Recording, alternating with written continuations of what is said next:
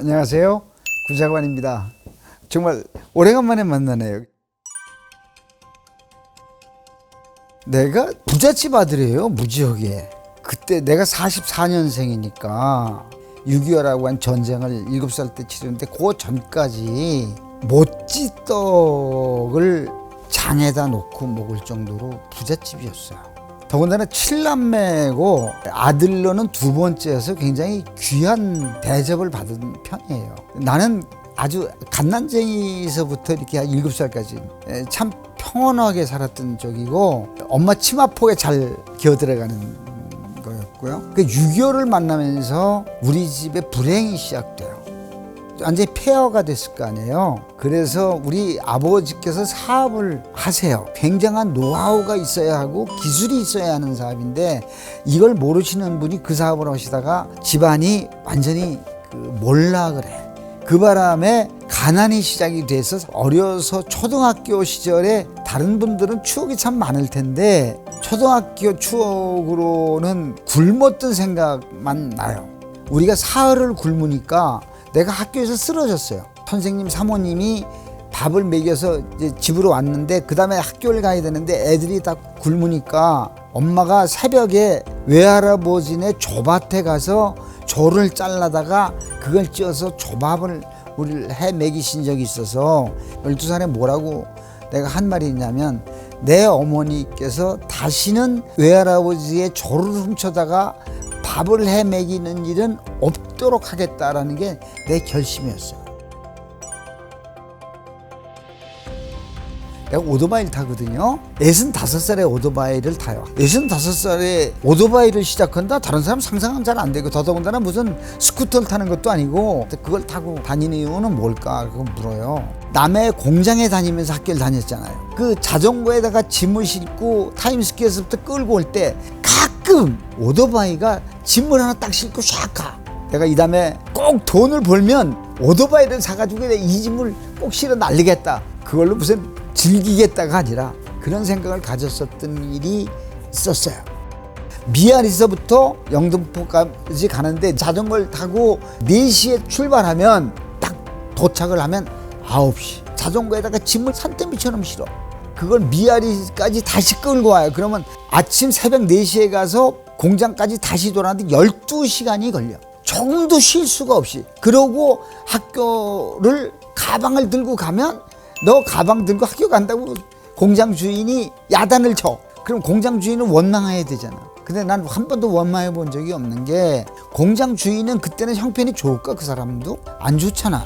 근데 공장에 일하는 직원이 그 시간이 돼서 나가는데 이쁘진 않잖아. 나를 미워하는 게 아니라 자기의 삶이 그랬던 것뿐이지. 그때 내가 만드는 격언이 하나 있어. 배고픔의 굶주림은 잠시의 굶주림이지만 배움의 굶주림은 영원한 굶주림이다. 주인이 야단치는 것 때문에 학교 가는 걸 포기하면 나는 어떻게 돼? 초등학교 졸업장 없지, 중학교 못 다녔지, 야간고등학교 졸업 안 했으면 어떻게 돼? 무학이잖아. 그래서 배우는 건 못 배우면 그 영원히 제가 가져가야 되는 거잖아요. 그래서 그런 격언을 내가 만들었어.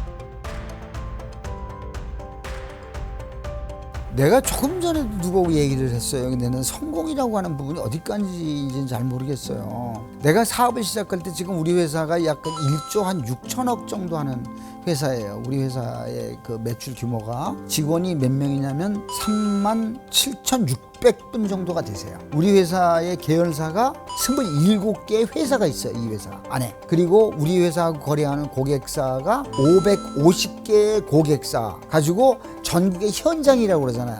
자그마치 1998군데 현장이 있어요. 그리고 연간 매출이 1조 6천억. 그러면 이 사업은 성공했다고 볼 수 있겠죠. 근데 전 한 번도 그걸 생각해 본 적이 없어요. 나는 지금 이 회사를 어떻게 하고 싶은 거냐면 세계적인 회사를 만들려고 하는 거예요. 내가 이 사업을 시작할 때 어떻게 시작했나? 양안바켓을 하나 들고 염산 하나 넣고 하이트 한 봉지 넣고 걸레 가지고 가서 남의 집 변기를 닦아주기 시작을 했어요. 그걸로 해서 시작할 때 내가 우리 회사가 1조 6천억 할 회사가 될 거라고 생각했나 안 했나? 안 했을 거 아니에요. 우리나라 속담에 이런 말이 있어요. 한양에서 신의주를 가려면 제일 먼저 해야 될 일이 뭐예요? 출발해서 옛날엔 걸어가는 거니까 신발부터 신어야 되잖아, 그죠? 그리고 의주를 가려면 난 아직 집신도 안 신었다 그래요.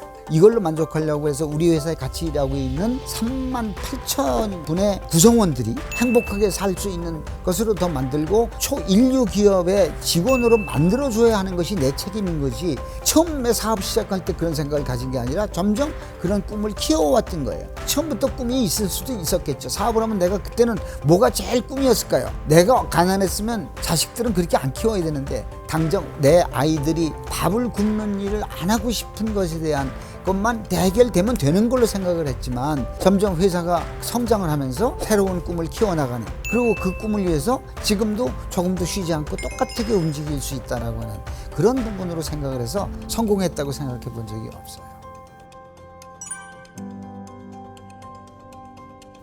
사업을 하면서 누가 나한테 와서 가끔 물어요. 카네기 공부를 하고 나서 얻은 것이 굉장히 많았던 게 뭐냐면, 사람의 모든 인생사에 가장 중요한 것은 어디서부터 시작되는 거냐면 인간관계부터 시작되는 거예요. 사업이라고 하는 부분이 돈이 하는 걸까요? 사람이 하는 걸까요? 사람이 하는 거거든요. 돈은 수단이죠. 그래서 사람 간의 신뢰와 사람에 대한 믿음, 이런 것이 없어지면 그 사람하고 관계가 틀어질 수밖에 없잖아요. 사업을 돈 가지고 한다고 생각하는 사람들이 많아요. 근데 저는 그렇게 생각해 본 적이 없어요. 그래서 이 카네기를 보면서 사업을 이 세상에서 하려고 그러면 첫째, 인간관계론부터 공부해야 한다. 카네기에 가서 인간관계론부터 먼저 공부를 해라. 그 다음에 고용인과 고용주라고 하는 사이에는 어떤 관계가 있어요? 노사관계가 성립이 돼야죠. 노사관계라고 하는 것은 근로자의 마음을 내가 이해할 수 없거나 그를 잘 모르고는 내 주장과 내 생각만 가지고 경영을 하면 안 되잖아요. 그래서 노사관계가 굉장히 중요하다. 인간관계를 공부하고 그리고 노사관계를 공부해야, 그리고 세 번째 가서야 드디어 경영학을 공부를 해서 사업을 시작해라. 그러면 사업의 실패의 리스크를 줄인다. 조직이 꽤 큰데도 불구하고 연수원이 없었는데 이제 연수원이 곧 만들어질 것 같아요. 그걸 만드는 목적은 직원들이 가장 행복하고 대한민국의 큰 회사는 아니지만 누구든지 좀 다녀보고 싶은 회사가 되었으면 하는 회사를 만들어내는 것, 그런 문화를 조성하는, 그것이 제 작은 꿈이기도 합니다.